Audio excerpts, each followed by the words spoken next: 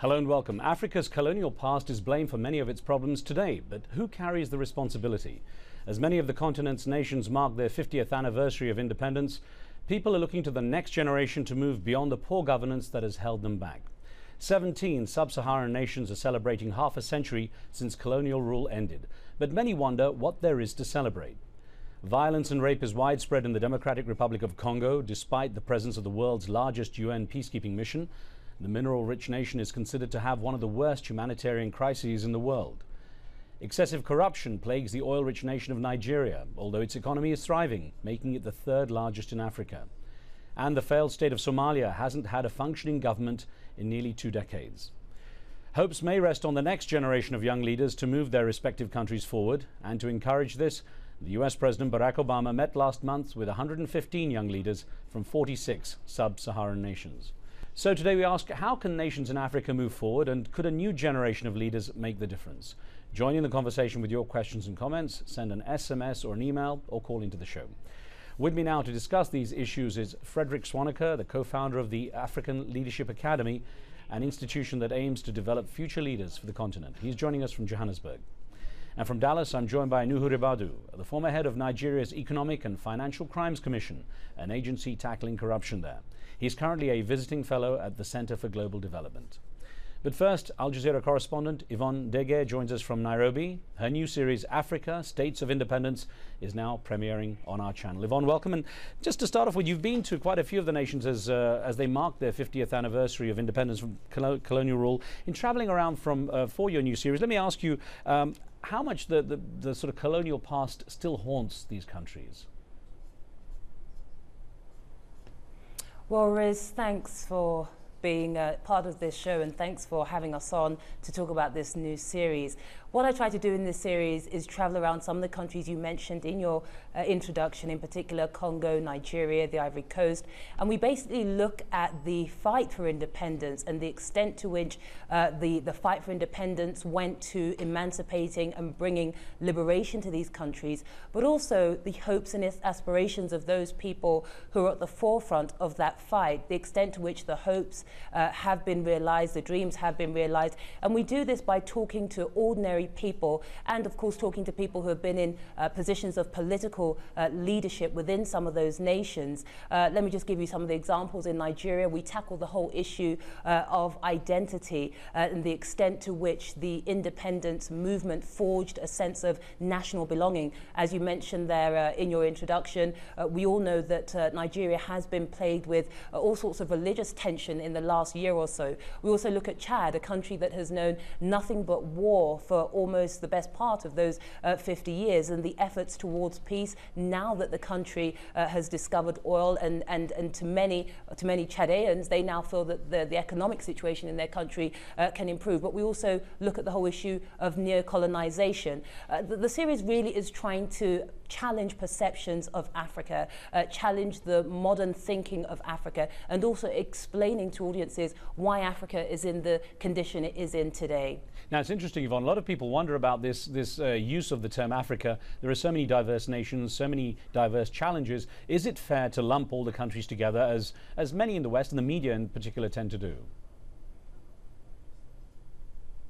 Well, absolutely not. And that's one of the things that we discovered whilst we toured some of these nations. Of course, they are extremely diverse.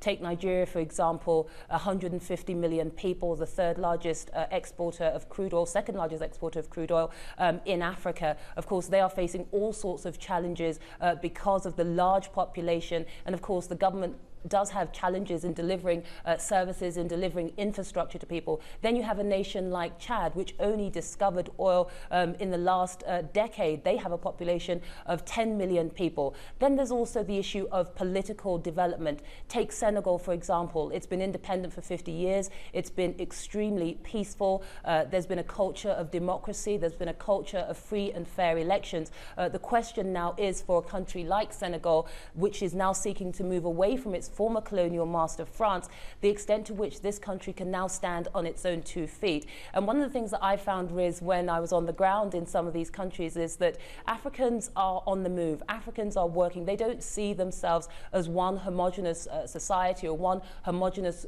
group of people. And all these nations are facing different challenges. You mentioned the Democratic Republic of Congo, often in the news for issues around refugees, internal strife and conflict, civil war. But if you go to some of the countries, some of the parts of Congo, there is thriving economic activity. There are international investors. The returns in Africa, and all the data is there, and I'm sure some of our guests will pick up on this fact, the returns in Africa are absolutely huge. And you go to some of these places and you find people from all over the world doing business. Well, Yvonne, thank you very much for joining us on the show. Of course, we're going to looking forward to your series, Africa States of Independence, which is about to premiere on, or is premiering on Al Jazeera English. Now we have to bring in our guests we have from Johannesburg and from Dallas. And Frederick Sponneker, if I could start with you and ask you, what did you find? I mean, you've got the challenge of trying to shape the leadership of Africa, the future generation. What do you find to be the biggest challenge when it comes to trying to create the next generation of leaders?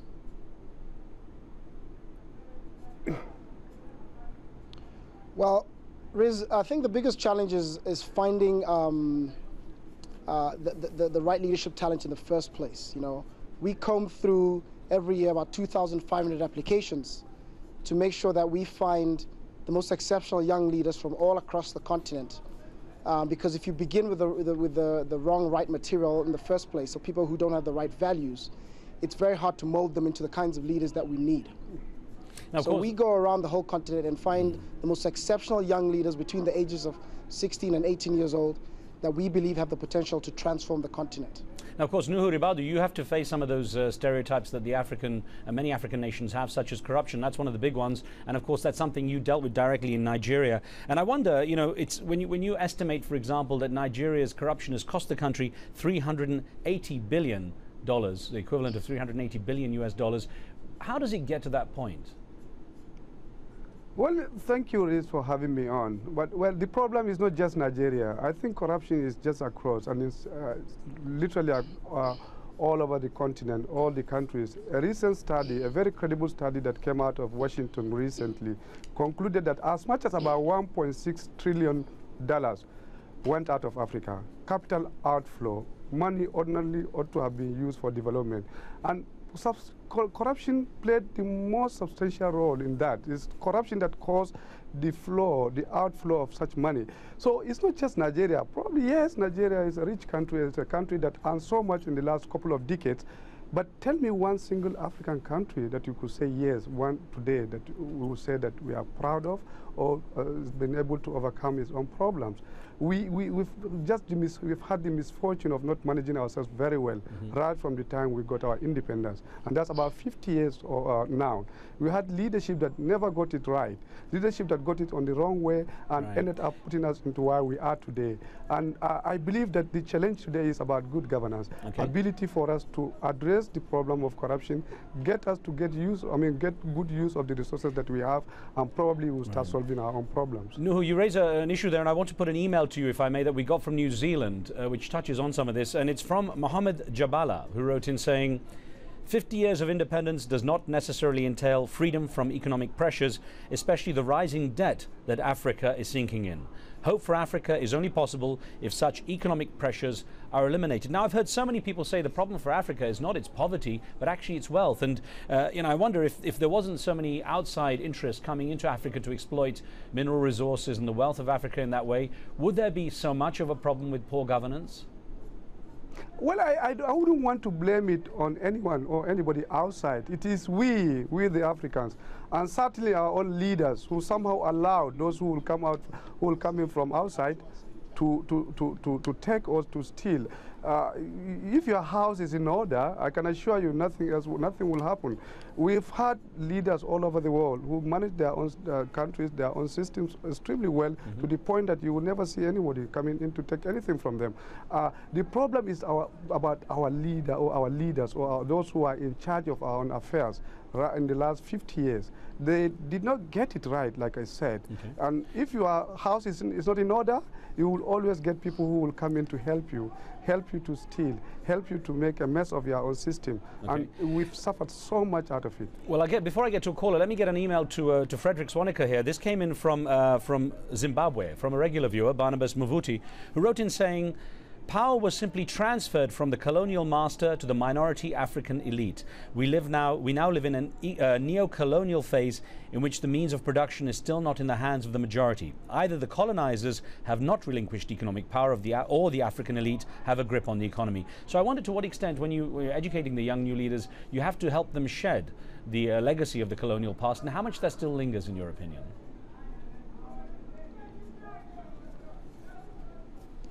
Yes, I absolutely agree. We need to move on from the past and really look at the future of the continent. And when we are developing the leaders of the African Leadership Academy, our aim is to show them that Africa is a continent of opportunity, and that, you know, in order for us to really seize our own economic future, we need to become entrepreneurs and build large companies and create jobs for ourselves and stop waiting for the rest of the world to give us aid and handouts. We really need to control our own destiny, and that's our aim here, is to identify people who can control, you know, and shape the future of Africa in the best interest of Africans themselves. Let's get Will on the phone from Canada. Will, what would you like to ask? Join us now for that.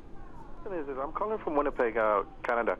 My question is that why is it that after dealing these African leaders who were corrupt after independence, 50 years of colonization, why is it that the Western world is still dealing with this so-called corruption government after they knew all that all this money is being sent to to the Switzerland bank account? Why are they still dealing with this government? Of course, it's an issue of the faith in where people put money in Africa that raises. I'm going to actually take a short break before we get to your answer, Will. When we return, a look at how the next generation might take the first steps towards progress. Don't go away. We'll be right back.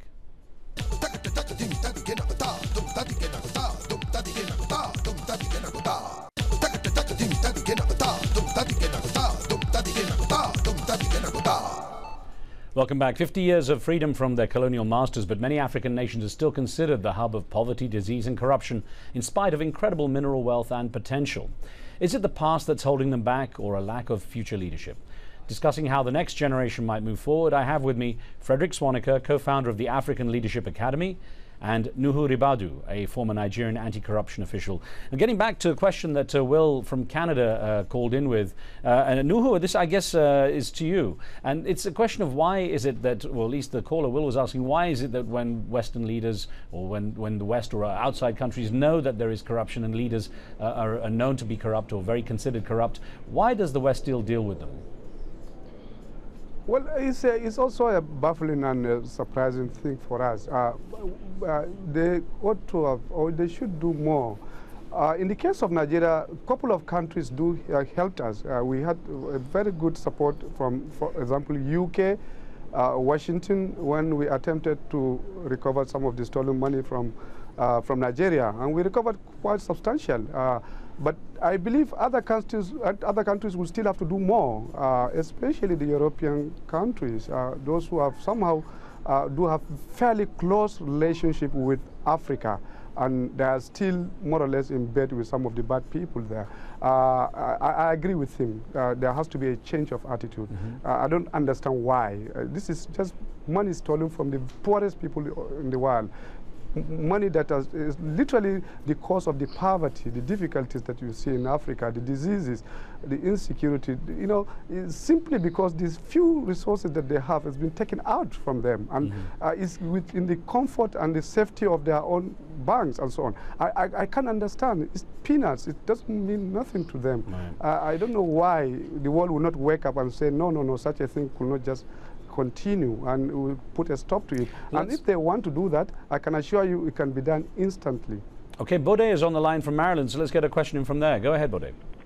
Yeah, thank you for having me online. My question, and it's like a comment also, when it comes to African problem, why are we always talking about the foreign powers that are messing up the continent, when we all know that the culprit of the poverty that we have in Africa is the corrupt leadership that keep recycling themselves year in, year out. And these people have stolen so much money that they are taking the whole continent by its neck. Bode, I'm going across to Frederick Swaneker, who's joining us from Johannesburg. Of course, this question is something that's being discussed already and is being raised by a number of our viewers. But one thing that when Bode talks about the sort of outside interference or outside involvement, there's the issue of for example, the US trying to be positive and encourage African leadership. You were in Washington, D.C. when President Obama last month held his Young African Leaders Forum. How did that go? What was supposed to come out of that? And how do you assess its effectiveness?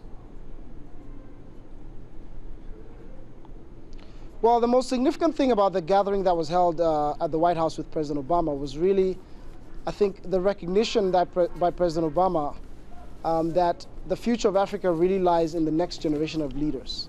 And this is something that we at the African Leadership Academy realized about 7 years ago when we founded the institution, because we looked at the current landscape of the leaders and realized that, you know, it's too late to reform the existing leaders that we have.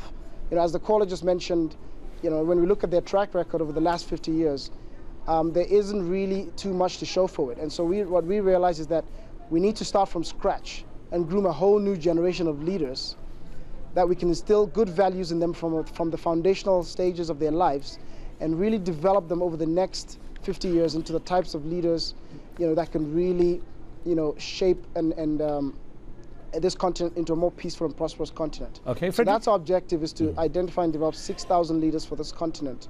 Let me ask you to answer an email question then, Frederick, that came from Seki in New Zealand, touching on this. Seki wrote in saying, a new generation of leadership in Africa will help, but will not repair the fact that there are no basic administrative structures in place to begin with. So what do you believe are the first steps these new leaders have to take?